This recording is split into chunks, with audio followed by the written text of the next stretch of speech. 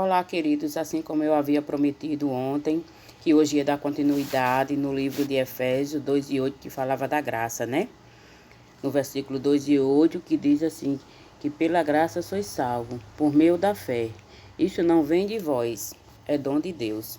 Ontem eu falei sobre a graça e hoje queria dar continuidade sobre a graça do Senhor na nossa vida.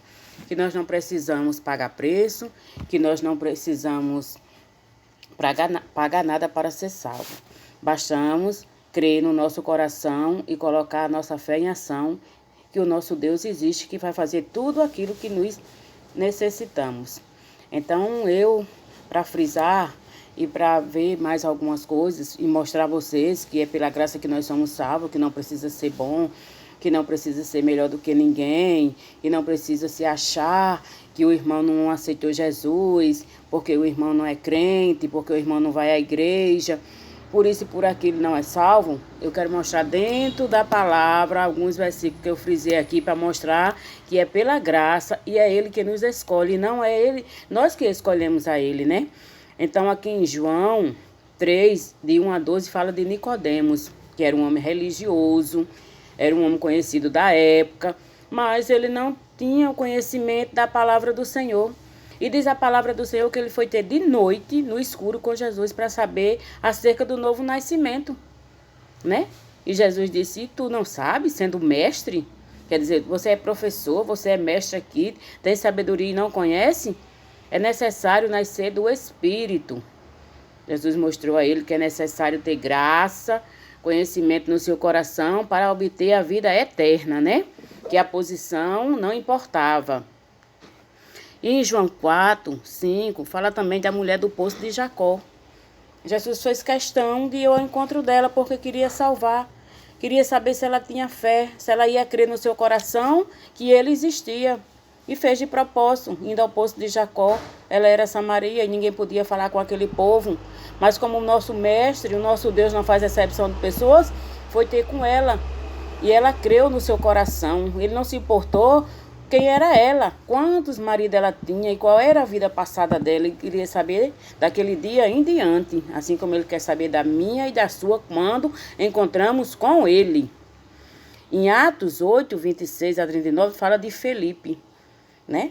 Deus tinha um propósito na vida do eunuco que ia passar no deserto e mandou Felipe ir até lá. Felipe não entendeu, mas ele disse, vai, passa lá pelo deserto. Tinha um propósito de salvar.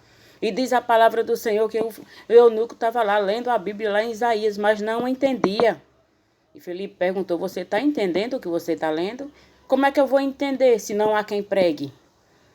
Explicou ele a Felipe. Por isso a necessidade da gente mostrar o Evangelho. Por isso a necessidade da gente mostrar Jesus, que é pela graça que somos salvos.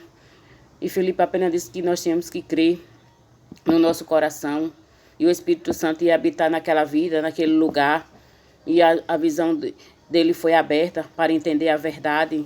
A verdade só é mostrada, irmão, quando a gente prega, quando alguém escuta e o crer vem pelo ouvir e o ouvir a palavra do Senhor, né?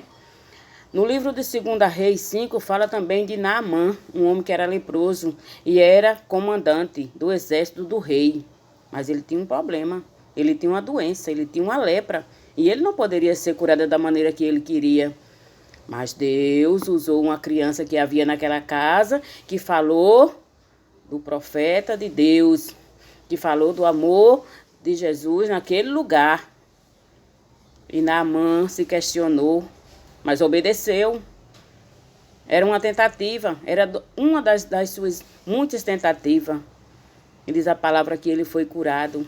Então, nós somos curados quando a gente recebe a graça, quando somos escolhidos por Deus. Muitas das vezes alguém tem que pregar, muitas das vezes Deus tem que abrir a nossa visão espiritual por meio de luta, de sofrimento, de dificuldade, de aflições, para a gente entender que Ele pode todas as coisas. Então, a graça, irmão, que nós recebemos do Senhor, nós não precisamos mais de nada.